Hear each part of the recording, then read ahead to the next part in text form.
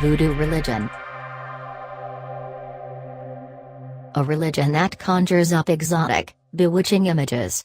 Zombies shuffling through a graveyard at night, pins stuck in crudely fashioned dolls, priests cutting throats of chickens and drinking the blood, worshippers dressed in white dancing around a roaring bonfire, black magic. False. For many of us, our perceptions of voodoo are shaped by movies we have seen and popular books we have read.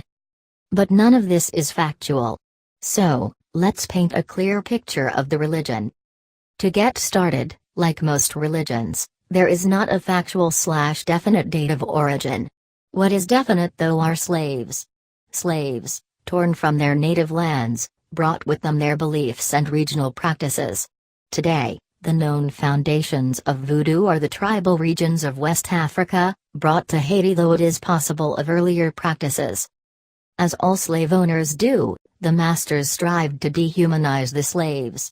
Followers were forbidden to practice their native religions and forced Catholics. In doing so, the masters superimposed their beliefs into voodoo. Voodoo is largely practiced by the peasant class, which is the majority of Haiti, but like everything does, it has migrated. Today, other parts of the world including New Orleans, Miami, Charleston and New York City each have communities with specialized rituals and practices. Worldwide, voodoo has over 50 million followers. Now let's go back to Haiti. Haiti was isolated during much of its history, so the religion grew rapidly, developing its own unique traditions, gods, and beliefs. There is no standardized dogma within voodoo, no sacred texts, no scriptures, no right or wrong way of practicing. Traditions carry. Animal sacrifice. A variety of animals might be killed during a voodoo ritual. The sacrifice provides spiritual sustenance for the Ware, and the flesh of the animal feeds the participants, rendering art. After the feast, the participants draw certain symbols vevs. No, they don't create art with pencils and paper. Instead they use food. That's right, cornmeal and grains. Finally, another normal tradition includes the voodoo doll. No, not in the way you are probably thinking. Voodooists do not see the doll as enemies that must feel pain and torture. Instead, the doll are particular Ware and influence the Ware's presence. Therefore, instead of burning, sticking, and harming the dolls, the participants believe the dolls can assist in doing good. Sometimes sacrifices are given to the dolls, gifts are given, and if prodded, the pins symbolize specific areas of focus. The areas of the doll and the representation the doll holds all is considered. Success white, healing red, power purple, spirituality blue, love black, repelling of negative energy green, money. After one has decided what aspect of life is needed to be changed, they would prick the corresponding area. Head represents things that have to do with knowledge, the heart is used for emotions, and the stomach is used for gut feelings or intuition. For example, if one desired love, they would use a blue pin and put it in the heart of the corresponding Ware. Speaking of Ware, I bet by now you are wondering what that even means. This leads us into the next part and most important part of any religion. The gods. Voodoo is a monotheist religion. Bondi.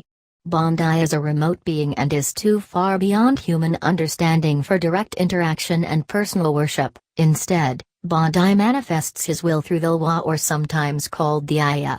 Devotees serve and create close personal relationships with the Ware, though they may be lesser deities. The next categories include the twins and then finally the dead.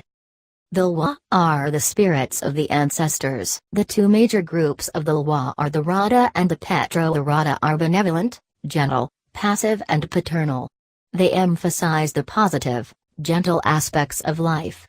Here are the gods like Loco, the god of woods, Ag, the god of sea, Urzuia, the goddess of beauty. Petro are the dark gods. The word dark does not mean that the Petro are evil, but they do represent the aggressive, more powerful, more magical gods. Here lie gods like barons, gods of death and cemeteries.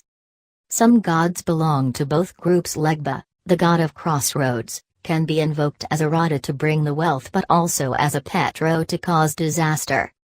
Most of voodoo's ceremonies are rada types, however, not in some cases. The gods can no longer take a gentle, passive role, rather, action is needed, thus the petro must be devoted.